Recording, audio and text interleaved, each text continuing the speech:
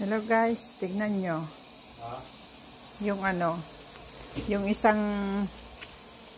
isang bilao na talbos na bulaklak ng kalabasa. Ito na, nabalot ko na siya. Bali, ito. Ilalagay na namin siya sa freezer.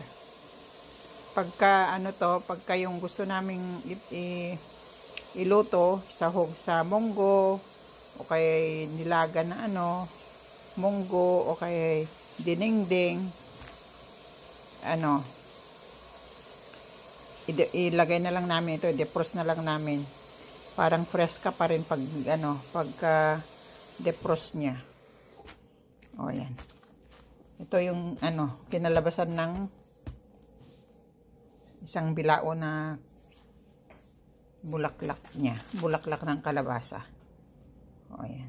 1, 2, 3, 4, 5, 6, 7, 8. Mayroon na kaming pang ulam sa winter. Kung maabot ng winter. Ay, ayun pa pala. May nabalot na pala ng asawa ko. 10. O, ayan. Oh, may nabalot na pala niya. Na siya. Hindi ko kinayang gawin lahat. Kaya kanina pagdating niya galing sa trabaho, ikinontinue niya. Siyang naghimay. Ayan lang guys, ang update ng aking isang bilaong bulaklak ng kalabasa.